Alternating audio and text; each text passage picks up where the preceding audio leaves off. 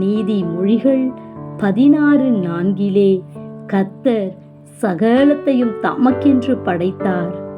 கர்த்தர் சகலத்தையும் படைத்தார், அதிலும் மனிதர்களாகிய நம்மை அவருடைய சாயலாக அவருக்காகவே படைத்தார். இந்த ஜனத்தை எனக்கென்று ஏற்படுத்தினேன், இவர்கள் என் துதியை சொல்லி வருவார்கள் என்று கர்த்தர் மனிதர்களை படைத்தார். இன்றைக்கும் நம்மை படைத்த தெய்வத்துக்கு நாம் கனத்தை கொடாமல் அவரால் படைக்கப்பட்டவைகளுக்கு கனத்தை கொடுத்து கொண்டிருக்கிறார்கள்.